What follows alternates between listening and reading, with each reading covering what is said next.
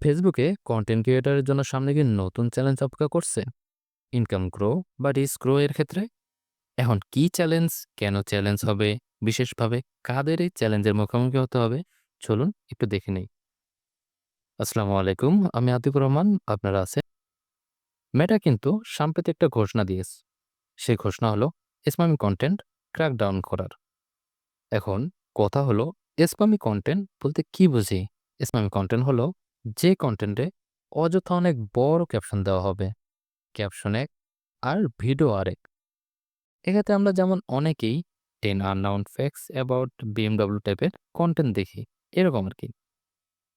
অনেকে আছে আবার অনেক বেশি হ্যাশট্যাগ ব্যবহার করে। আবার অনেকে আছে কমেন্ট করুন, ফলো করুন, এরূপ টাইপ পোস্ট করে।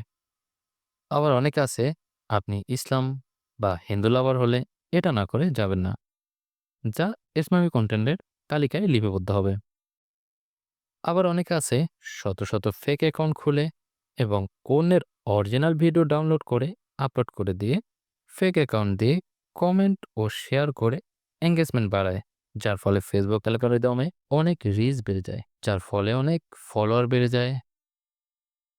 এখন থেকে সে সকল পেজ বা প্রোফাইল থেকে পোস্ট করলে ফেসবুক রিচ কমিয়ে দিবে, সাথে সেই পেজের কোনো কিছু রিকমেন্ডে থাকবে না, যার ফলে মনিটাইজেশনেরও সমস্যা হতে পারে। এমনটা করলে যারা অরিজিনাল কন্টেন্ট ক্রিয়েটর তাদের জন্য আসলেই অনেক ভালো হবে।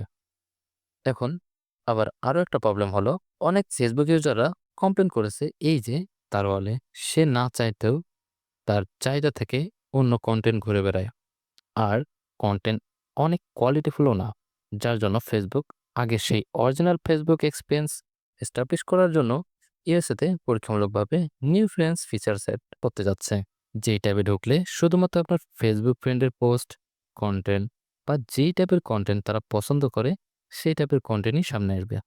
এখন যেমন ফেসবুক রিকমেন্ড করছে তা আপনারা দেখতে পাচ্ছেন, কিন্তু তখন আর পাবেন না। আর এই ফিচার যদি গ্লোবালি চালু হয় তাহলে আপনি আমি কি সমস্যা পড়ছি?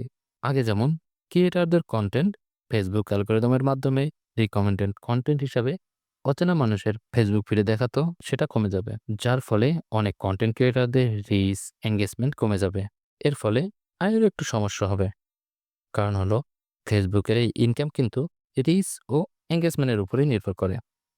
যেহেতু এই নতুন ট্যাব রিচ কমাবে ক্রিয়েটরদের কন্টেন্টে, এতে মনিটাইজেশনেরও কমে যাবে। এখন এই সমস্যা কি সকলেই ফেস করবে? আসলেই না। যারা খেটে খুঁটে প্রপার রিসার্চ করে অরিজিনাল অথেন্টিক কন্টেন্ট তৈরি করবে তারা এই সমস্যা থেকে মুক্তি হয়ে যাবে। কিন্তু কথায় কথায় মোবাইল হাতে থাকলেই যে বলি আমি কন্টেন্ট ক্রিয়েটর, যে কোনো একটা ভিডিও তৈরি করে শেয়ারের মাধ্যমে ভিউ নিয়ে ইনকাম করছেন, তাদের সংখ্যা কমে যাবে। আজকে ভিডিও এই পর্যন্তই। পরবর্তী ভিডিও দেখার আমন্ত্রণ জানিয়ে আল্লাহ হাফেজ।